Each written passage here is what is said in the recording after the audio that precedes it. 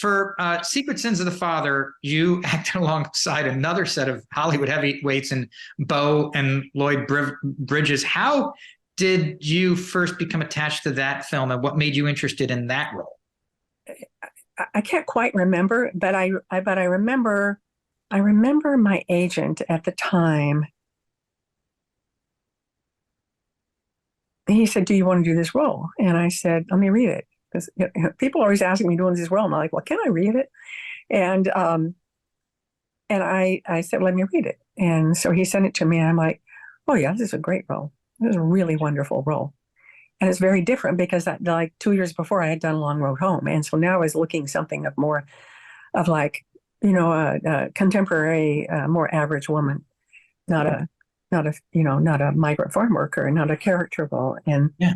so and this was that, but she was a woman who suffered a terrible betrayal from her husband. And I thought, yeah, I would like to do that. And so he went back to them and he said, yeah, she would. And they were like, okay, well, we're whatever, we're considering it, or we got to cast this other role first, or whatever, right? So it was this kind of weird waiting period. And meanwhile, I was getting other roles and other opportunities. Opportunities, right? But it's still, this role was like kind of in my head. And I would call him up and go, have they offered it yet? And he's like, not yet. He said, and I said, well, I'm just not going to turn down things. And then they offer it to me. And then what happens? And I said, you just got to call them up and you got to tell them the truth that I've been offered this other role and I'm going to take it unless they offer me this role today. And he said, all right. So he did. And they went, no, we want her. And he said, well, you can't keep like stringing her along like this because she's got other opportunities. And they said, no, fine, we'll offer it today. Fine. And so that's how that happened. And then, and it was an interesting role. It was a woman whose heart is, gets broken by her husband's betrayal with another woman.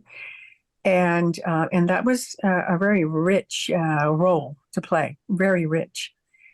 And Beau directed it, Beau Bridges. And then he had his whole family in it.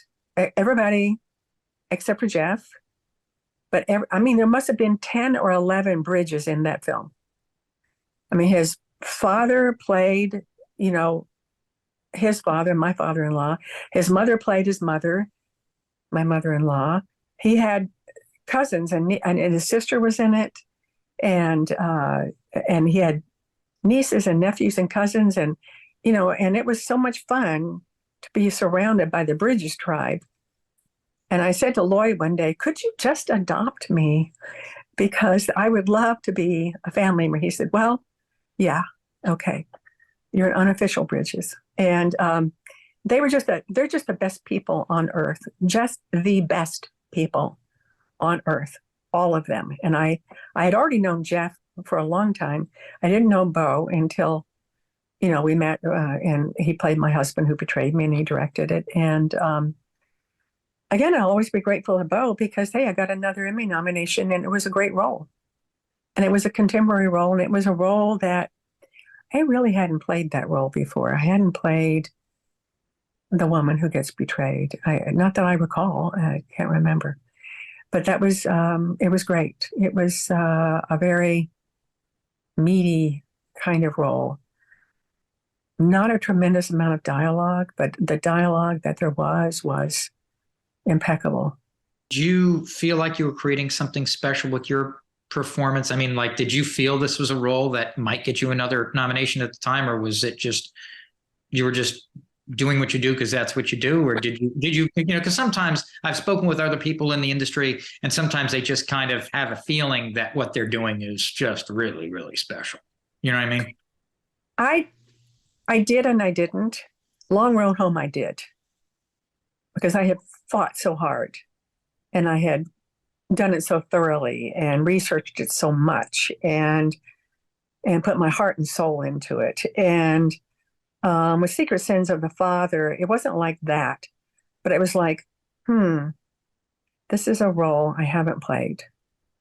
And these are emotions that I have, that I can tap into, because I have experienced that type of betrayal, but I hadn't played it on screen or stage. And I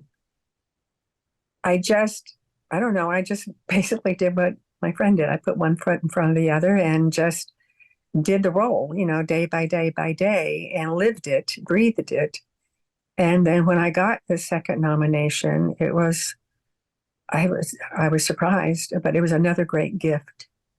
It was another wonderful gift. And really, I owe a lot of that to Beau, because he gave me tremendous freedom to basically do what I want. He reined me in when it was too much, and he encouraged me when it was too little. But he gave me a tremendous creative freedom. And every time I see him and go, I got my second Emmy nomination because of you. And we laugh about it. And so, I didn't expect it, but I was hoping for it. We started off the interview talking about family and whether or not the military family was supportive of these 13-year-old ambitions that you had, and that they weren't necessarily. At what point did that change? At what point in the career did suddenly the validation come? Never. Jeez. No, it's okay. See, my father had died, and my mother had remarried, and both of, my father was a separate military man. And, every time I would see them, I would get the question, when are you coming home? I was 40. It's okay. Honestly, I don't care. Because I was the 13-year-old that decided what I was going to do. I'd already been doing it, and I remember my mother said to me one day, after I left and I was a professional actress, and she said, we just didn't know that you were going to do that. I said, how could you not know? I've been doing it since I was 5.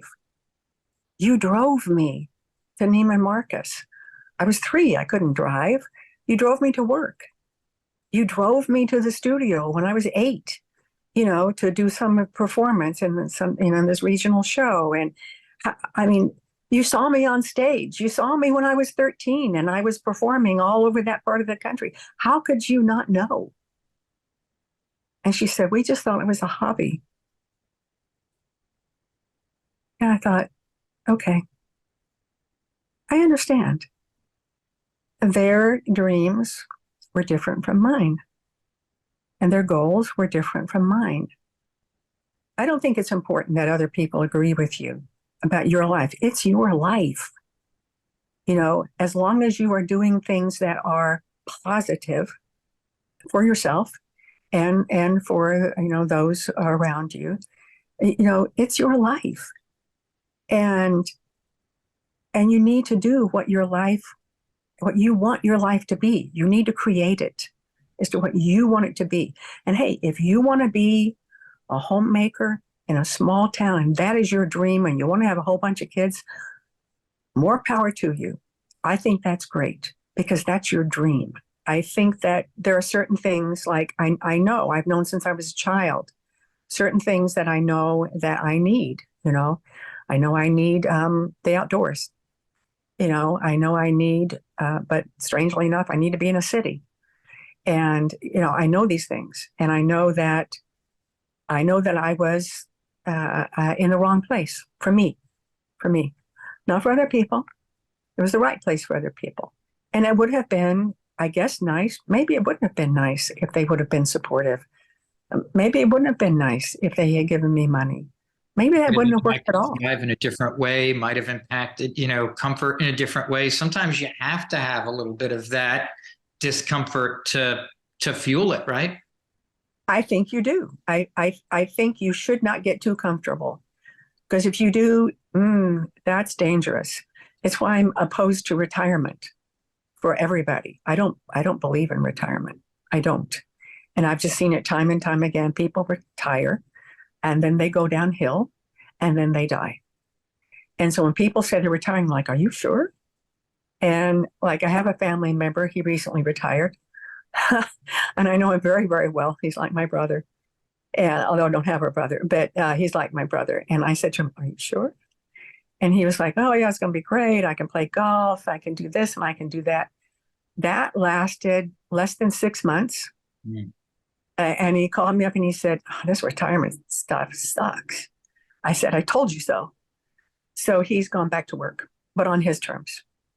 So I think you just need to know what your dream is, or if you don't, look at a lot of different things, explore a lot, because not everybody's lucky like me. They didn't just